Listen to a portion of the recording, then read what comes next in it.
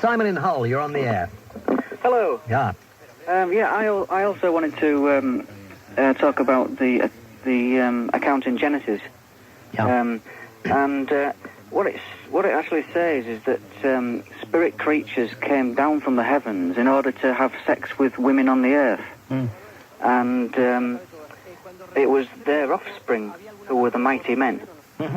Now, these men were obviously not extraterrestrials, they were hybrids.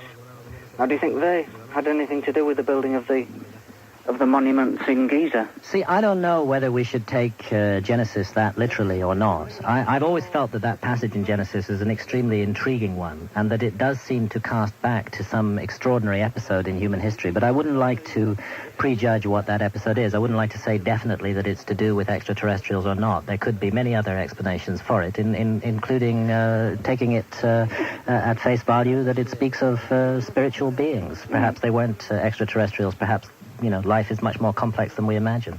But extremely powerful men on the earth would explain how these 200-ton blocks of granite were moved from Luxor. Yeah, they would, but you could explain it in other ways too, through the ingenuity of the human mind and through focused effort and will. I prefer to explain it that way. The ancient Egyptians had the capacity to move very large blocks of stone right down to the end of their history.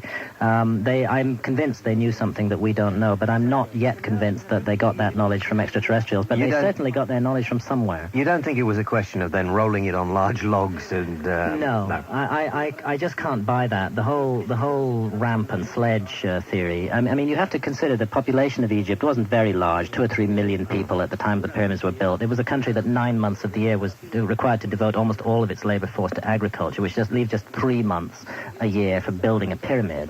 And then you have to consider that there's 2.5 million blocks of stone to be laid in those 3 months every year, and the pyramid is supposed to have been built in 20 years. Well, it works out like something like 1 block every 4 minutes or less, which is a pretty demanding feat in terms of construction logistics. But there could, as Simon says, there could have been these giants. Well, yes, and we have to. I think we have to be open to all manner of extraordinary possibilities. Just recognizing the very fact that we are alive today is an extraordinary possibility. Simon, have you read Alan Alford's book, Gods of the New Millennium?